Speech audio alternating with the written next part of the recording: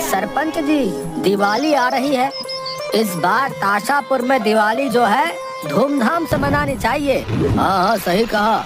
इस बार के दशहरे में दूसरे गांव ने जो है रावण का बहुत बड़ा पुतला जलाकर बाजी मार ली, मगर इस बार दिवाली में हमारा गांव जो है सबसे ज्यादा जगमगाना चाहिए। मैं तो कहता हूँ तुम लोग चिंता मत करो, इस बार दिवाली धूमधाम से मनाई जाएगी। हाँ हाँ सरपंच जी, इस बार दिवाली ऐसी हो कि अपना गांव आसपास के सभी गांवों में सबसे ज्यादा चमके। हाँ, ऐसा ही होगा काका। सरपंच जी के साथ सभी वहाँ के लोग हंसने लगे। चाय की टपरी के पीछे टीपू भूत ये सारी बातें सुन रहा था। अच्छा, ये बात है। ये बात तो मुझे भूत बॉस को बतानी ही होगी। टीपू जादू से गायब हो जाता है। अंधेरा जंगल है। कक्काल जो कि भूतों का बॉस है, वो अपने सिंहासन पर बैठा है। सुल्तान भूत बॉस के पास खड़ा है। टीपू वहाँ आता है और दौड़कर भूत बॉस के पास जाता है। भूत बॉस, मैंने अपनी आंखों से सुना और कानों से देखा है। नॉनसेंस, आंखों से देखा और कानों से सुना होता है, स्टूपिड। वहाँ खड़ा सुल्तान अपने सर पर हाथ मारता है और कहता है, भूत बॉस वो नॉनसेंस होता है, नॉनटेंस नहीं, और स्टूपिड होता है, स्टूपिस नहीं। एग्जैक्टली।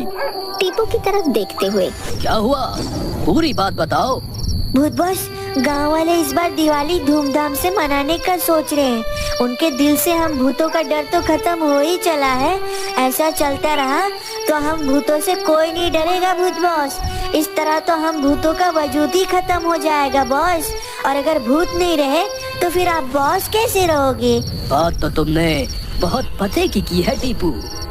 अगर हम भूत अपना दबदबा कायम रखना चाहते हैं तो इन इंसानों को औकात दिखाते रहनी होगी। हाँ। कक्काल अचानक से खड़ा हो जाता है। फिर सभी लोग खड़े हो जाते हैं। जाओ गांव वालों को सबक सिखाओ, उनके डर में हमारा दिल बनाओ। अरे बुद्धू बॉस में मेरा मतलब भूत बॉस, दिल में डर बनाना है, ना कि डर में दिल। हाँ, वही। मगर बॉस, जाएगा कौन? और कौन? हम में से सबसे होशियार तो एक ही भूत है, भोलू भूत जाएगा। तो ठीक है, भोलू भूत को बुलाया जाए। भोलू भूत वहाँ आता है। भोलू चारों तरफ सभी लोगों को खड़ा देख आश्चर्य और सोच में पड़ जाता है। वो सबको देखता ही रहता है कि बॉस उसे डांट कर बोलते हैं, भोलू, तेरे लिए एक काम है। Yes boss. बताओ, इन दो अनाज के दुश्मनों से भी कुछ करवा लिया करो। है? तुझे गांव में जाना है और गांव वालों की दिवाली खराब करनी है। ध्यान रहे, गांव वाले दिवाली ना मना पाए। मगर बॉस, ऐसा करना तो गलत होगा ना। ज्यादा सही गलत ना सोचो भोलू बाबू। जितना बॉस ने कहा उतना करो जाकर। सही कहा, जितना कहा गया है उतना सुन। टिक माय ऑर्डर स्पेशली, वरना तेरे लिए बुरा होगा। बॉस की इंग्लिश सुनकर सब लोग सोच में पड़ जाते हैं कि तभी टीपू सुल्तान कहता है, बॉस का मतलब है take my order. Seriously, expectedly. Boss कहना चाहते हैं एग्जैक्टली। सभी लोग हल्का सा हंसते हैं, मगर भोलू भूत उदास भरी आवाज में कहता है, ठीक है बॉस, जाता हूँ।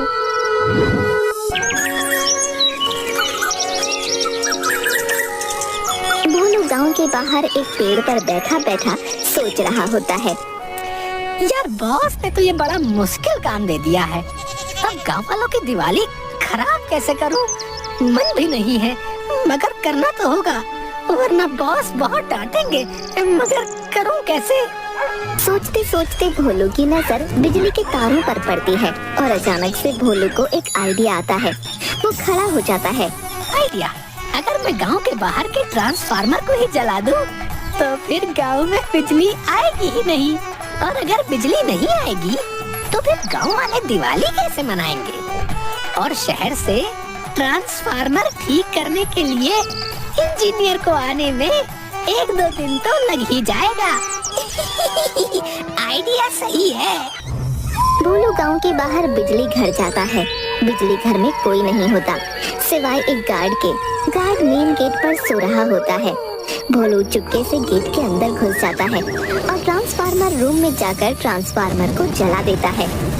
ट्रांसफार्मर धीरे धीरे चल रहा होता है और भोलू चुपके चुपके गेट के बाहर आता है और सोए हुए गार्ड के सामने नाचने लगता है। तभी ट्रांसफार्मर ब्लास्ट कर जाता है और गार्ड की नींद खुलती है। भोलू वहाँ से तुरंत आकाश में उड़ जाता है डर के। बाल बचे।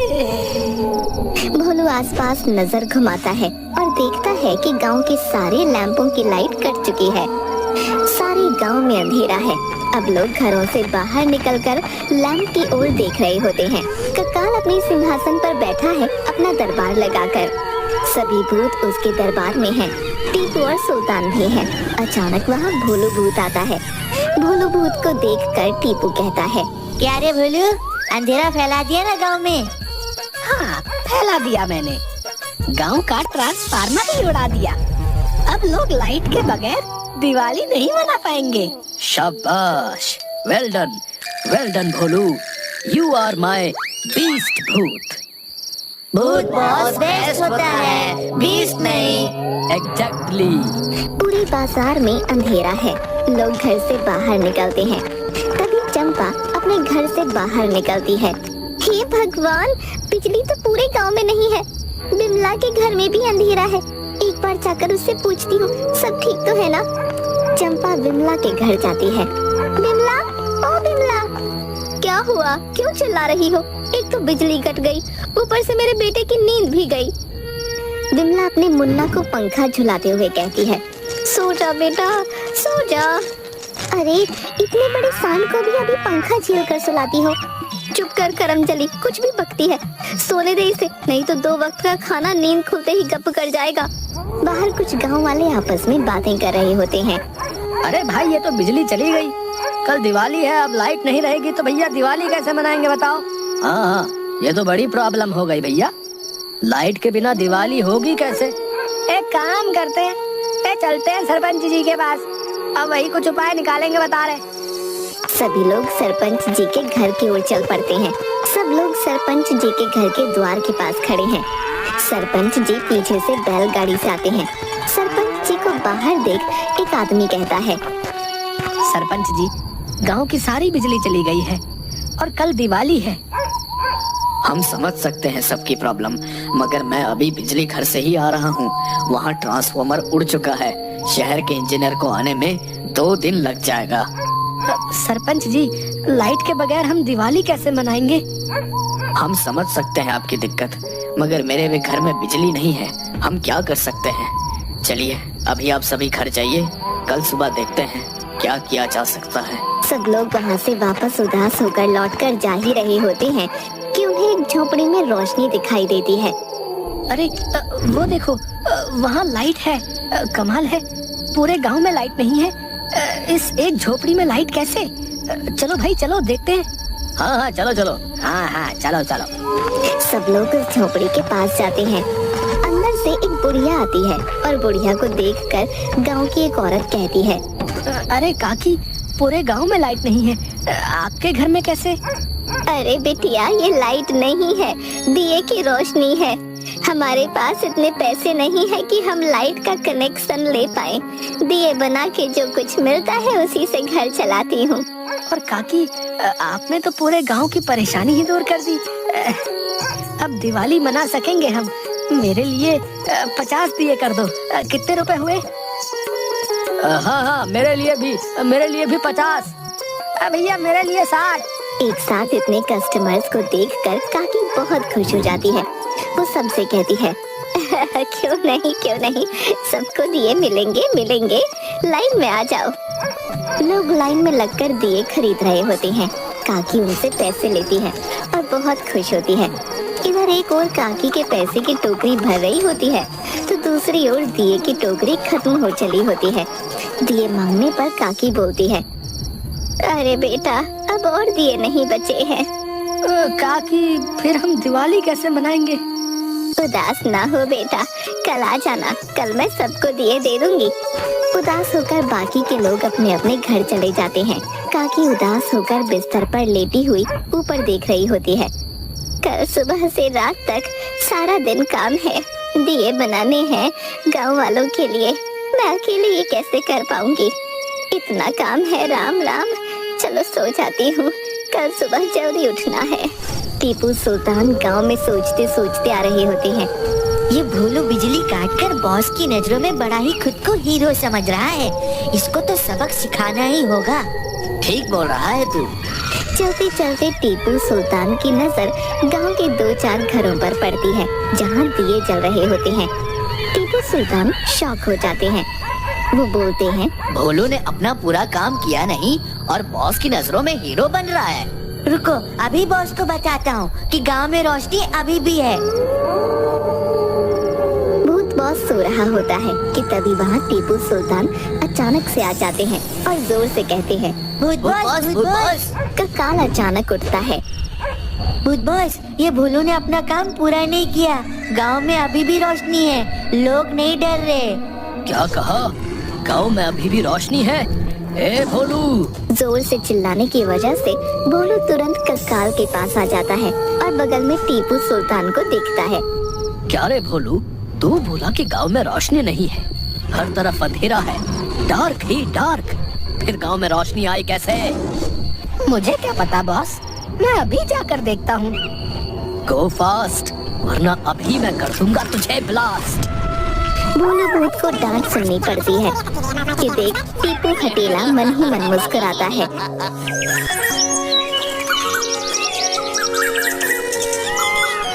भोलू पेड़ पर बैठा बैठा सोच रहा होता है कि उसकी नजर काकी पर पड़ती है।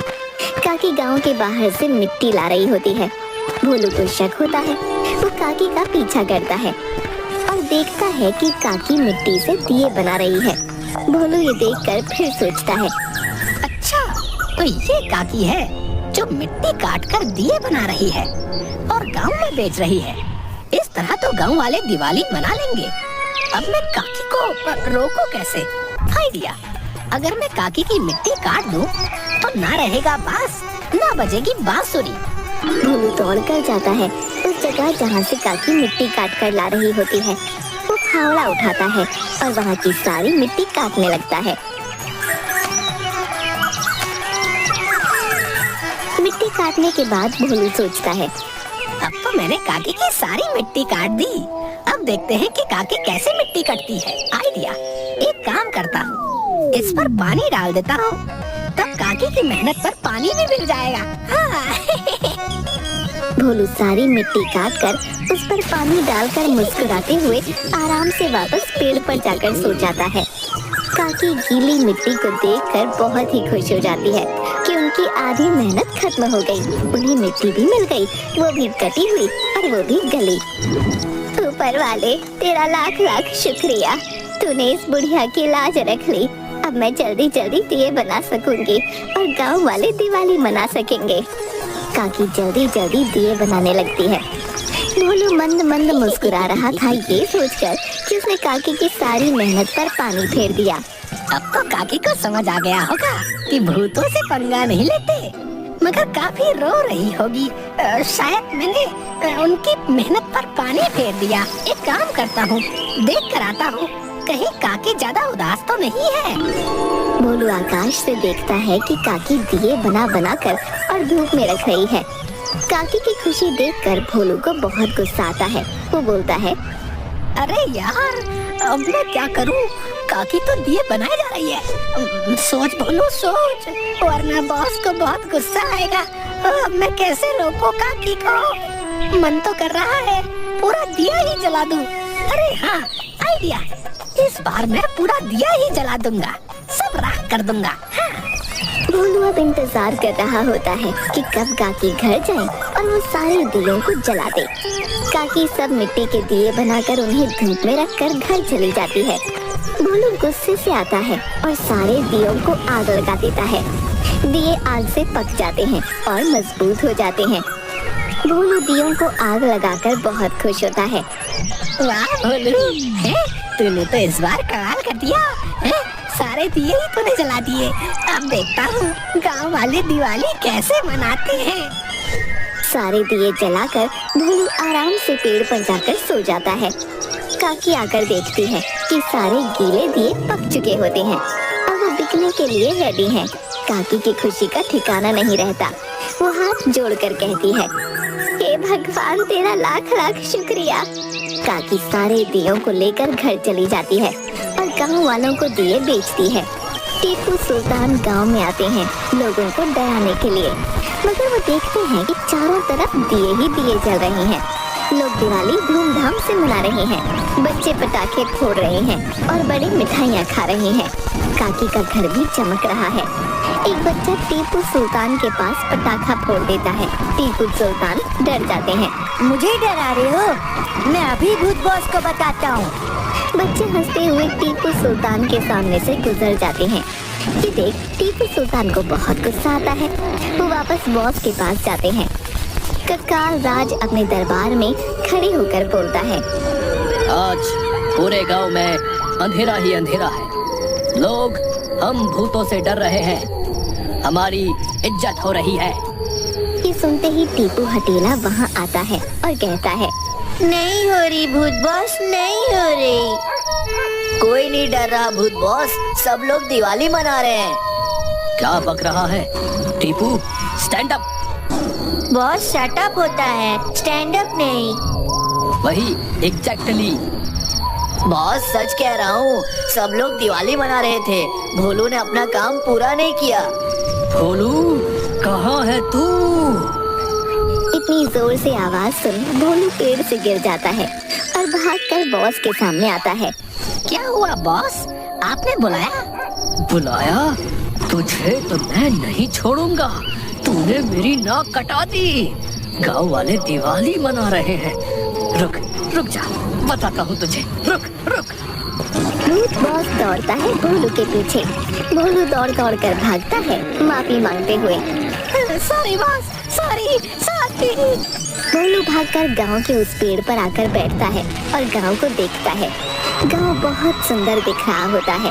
भोलू के चेहरे पर स्माइल आ जाती है और वो खुश हो जाता है। तभी एक पटाखा भोलू के पास फूटता है। भोलू गिर जाता है पटाखे की आवाज सुनकर। भोलू उठकर देखता है तो उसका दोस्त टिंकू वहाँ खड़ा हुआ रहता है पटाखे लेकर। हैप्पी दिवाली भोलू। हैप्पी दिवाली। कुछ भी कहो भोलू, रियल फील तो गांव वालों की हैप्पीनेस नहीं है।